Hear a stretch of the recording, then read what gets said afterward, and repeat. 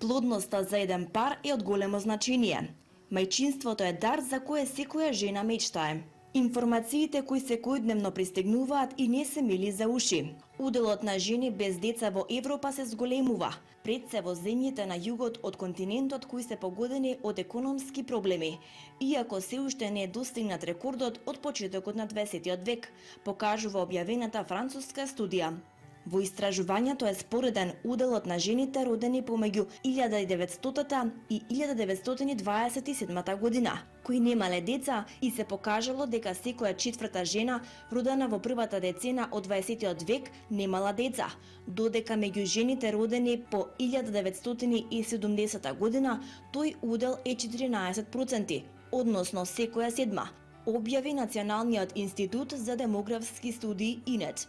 Токму на оваа тема, Бекстејдж се обрати до вратите на клиничката болница Аџибадем Систина и поразговара со доктор Слободан Лазаревски, шеф на оделот за асистирана репродукција. Ова што го видите вие, тоа е машкиот фактор. Значи, ние исто немаме статистика, меѓутоа нордиските земји имаат голема статистика за тоа, иако просечниот спермограм пред Втората светска војна бил негде околу 60 милиона, пред 2 децени и 20, сега паѓа уште поише. Така да кај нас е ситуацијата сигурно многу полоша и една од главните причини денеска стабилитет е машкиот фактор. Тука би ги издвоил многу начинот на животниот стил, алкохолот, пушењето, дрогата, стресот, кој исто така многу влијае.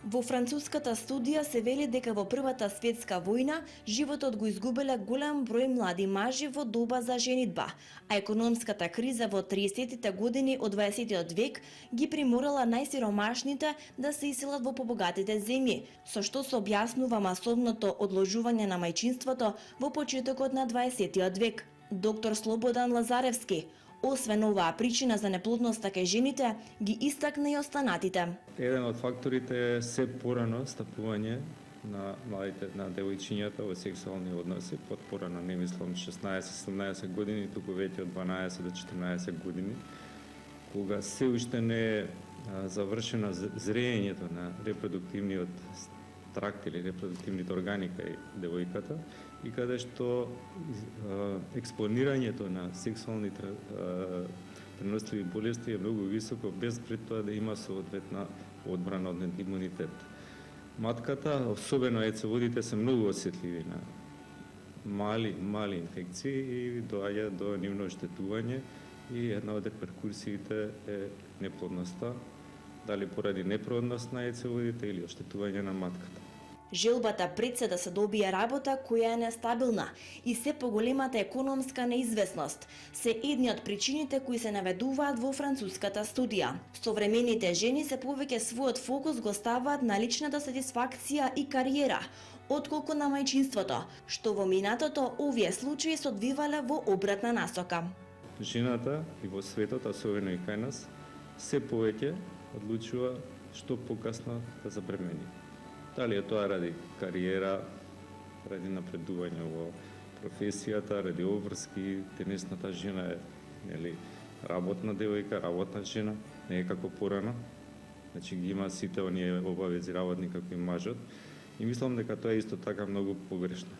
Затоа што веќе на 38-40 години потенцијалот на јајниците за потомство се намалува веќе.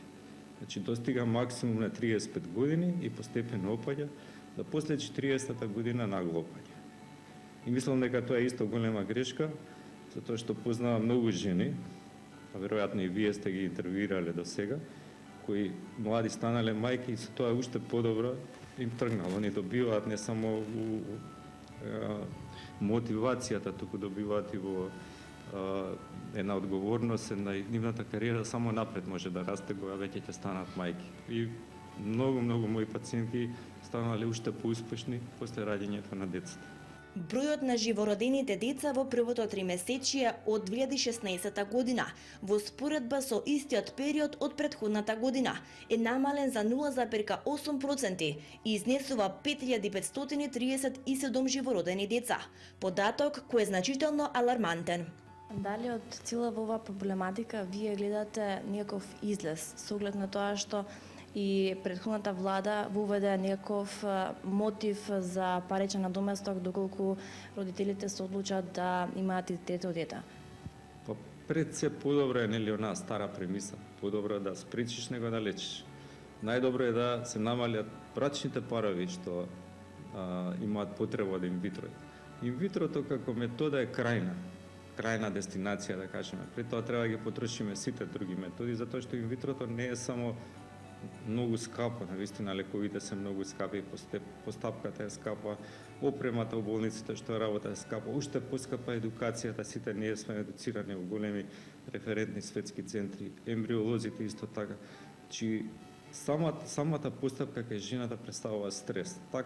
Таков хормонски наплив ради стимулација доведува до многу на некој начин го шокираме организмот. Значи тоа не е пожелно, да не зборуваме за ризиците од самата постапка. Во Јужна Европа стапката на неплодност најбрзо пораснала, па во Шпанија, Грција и Италија можно е меѓу жените родени во 70-те години и секоја четврта да биде без деца, вели француската анализа. Каква е состојбата во Македонија? Према нашата статистика, навистина е зголемен бројот во последната деценија на брачни парови кои бараат помош во лекување на неплодност.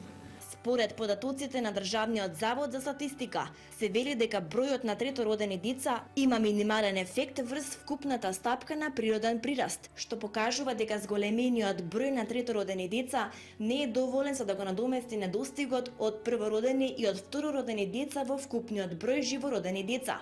Кои се препораките од доктор Слободан Лазаревски за надминување на оваа проблематика соочени со поразителните податоци во Македонија? Се разбира, многу е битно да се намали стресот, да се имаат подобри услови економски, дека подобра вработеност, повеќе шанси на младите луѓе што одрани да имаат можност порано да стапува во брак. Се разбира дека денеска еден од факторите што не стапува во брак се економскиот фактор, нели? Немаат стан, немаат работа, колку и да сакаат. Други се денешните приоритети порано, нели, тоа биле приоритети што порано да стапат во брак во едно семејство, затоа што била потребна работна рака во земјоделие, во занатство, теснав и така. Сега е сосема друго, сите сака да се осамостојат и да си го живеат својот живот. Мислам дека тука исто не верувам дека многу може тука да помогне било која влада, меѓутоа стекна времето ако се зголеми благосостојбата на целото општество, веројатно ќе се намали и овој проблем. На официјалната веб страна на Државниот завод за статистика се вели дека официјалните податоци за состојбата на наталитетот, односно бројот на живородени деца, ќе биде достапен со целосна анализа дури на 1 јуни оваа година. Желбата и сонот за создавање на нов живот продолжува и понатаму.